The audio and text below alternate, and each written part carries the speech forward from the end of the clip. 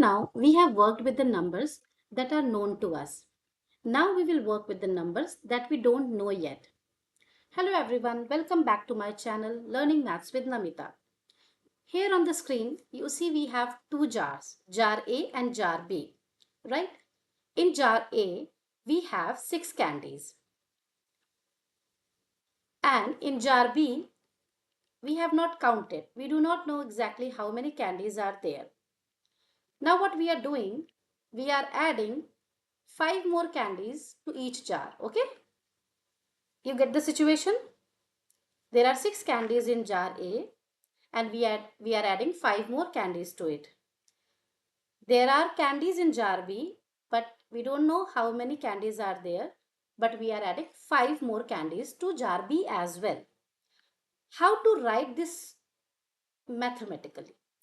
Let's discuss. Okay, so here we have 6 candies in the jar and we are adding 5 more, right? So 6 plus 5. All right. Here also we know that we are adding 5 candies. But we are adding 5 to what number? Because like I said, we don't know how many candies are there in the jar B. So whatever number of candies are there, we can assume it. Okay, we will assume it. We will find it out later. But when we are assuming a number, how do we represent it? How do we write it? Because it's not a known number. We don't know whether it's 10, whether it's 12, whether it's 15 or 60, right? So for that representation, we use a letter or an alphabet. Okay. So we assume that there are X number of candies and we are adding 5 to it. Clear? So now this situation, we are dealing with the numbers, right? And those numbers are known to us. This is known as arithmetic expression. Okay, this aspect of maths is arithmetic. And what is this? Here we have algebra. So this is an algebraic expression. So when letters and numbers come together, we talk about algebra. All right. Now let's understand this in detail. When do we use a letter? Why do we use it? And how to use it? Okay. So we will keep this expression same, x plus 5. Let's understand it.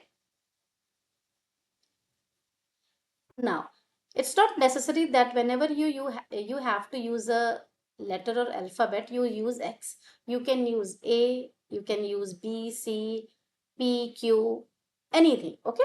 Any alphabet. Now, look, do we call it alphabet all the time? No, there is a term for it. The term is variable, okay? This is known as variable. I said alphabet or letter just to introduce you to this term, right? So whenever you are dealing with algebra, we call these letters variables. Now why variable? Because this term comes from vary. Because the value that they are representing, it keeps changing. The variables, these letters are not representing the same value every time. Okay, so here I am talking about number of candies in the jar B. Okay, this there could be 20 candies, there could be 30. So X could be 20 or X could be 30. It could be anything. Maybe in some another question, I'm talking about number of pencils that I have and I'm using the variable X. There X will be representing something else, right? So the value that the variables are representing keeps varying, hence the name given variable. All right. And what is this 5? 5 is constant. Means 5 is representing 5 only. It cannot represent anything else. So if you are saying 20, it means 20, nothing else. So numbers are the constants in algebraic expressions. All right. So we have variables and we have constants. Okay. Now I said that we can use any other alphabet as well. for the variable. So let's use, okay, let's try some. Now let's suppose I'm saying that I had certain number of pencils. Okay, you don't know, I'm not telling you how many pencils I had, and I gave away 3 pencils to my friend. So now how will we write this in an expression form? So you, because you don't know how many pencils I had initially, you have to assume it, right? So you can assume any alphabet like Y, you can use P, you can use A, anything, okay? So, and because I gave away 3 pencils, so we will use minus sign and 3, okay?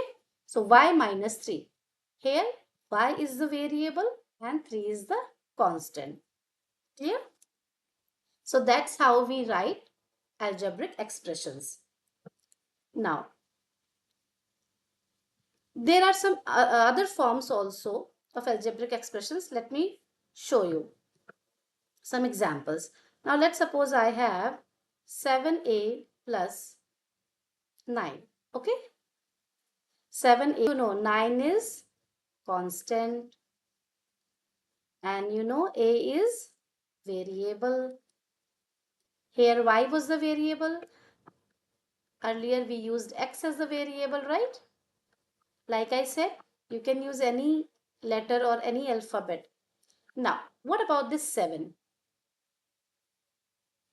This 7 is known as the coefficient. So, in this particular expression, 7 will be known as the coefficient of variable a.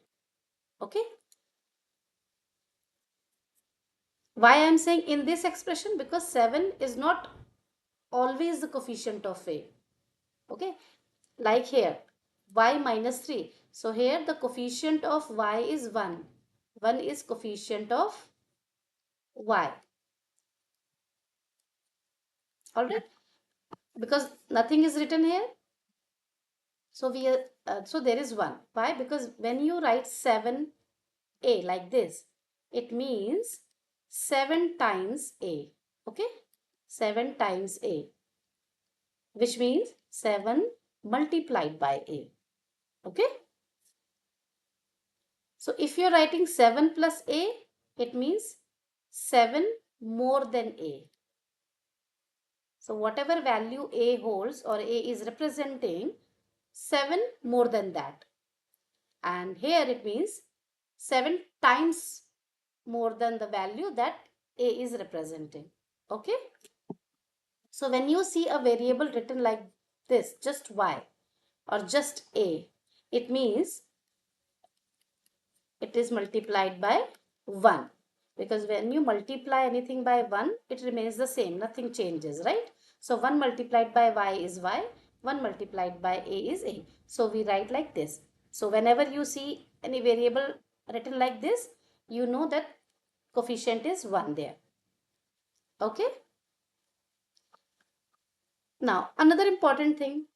Till now, whichever expression we wrote, it always had one variable. Sometimes it was x, y, sometimes it was a. And I want to mention that an algebraic expression may have more than one variable also. So 4a minus 3b plus 8. Okay. So this is also an algebraic expression. Here we have two variables a and b. 8 is the constant. 4 is coefficient of a. 3 is coefficient of b. Okay. So let's have a quick recap. What did we learn today?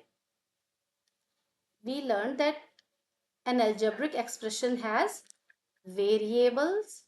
It can have one or more than one variables. It has constants. Okay. Sometimes constant can be 0 as well, right? And coefficients. Okay. Now, I said constant can be 0. So let me give you an example for that as well. So let's suppose I have 4a minus 3b. Okay. So here the constant is 0. You can assume like plus 0 or minus 0, correct? So the constant can be 0 as well. Variables can be 1 or more than 1. It can, an expression can have 3 variables also. That is also an expression only, okay? So there are different versions and different forms of algebraic expressions. So this is just the beginning of algebra. I want you to practice and understand these terms, because algebra in itself is very interesting. But for that, you need to be comfortable and familiar with these terms. All right.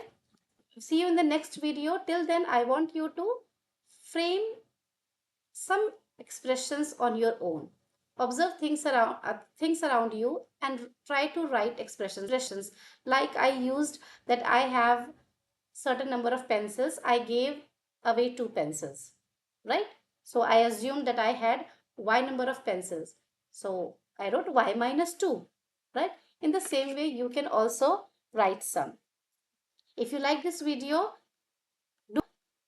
do give a thumbs up and subscribe to my channel. Bye bye.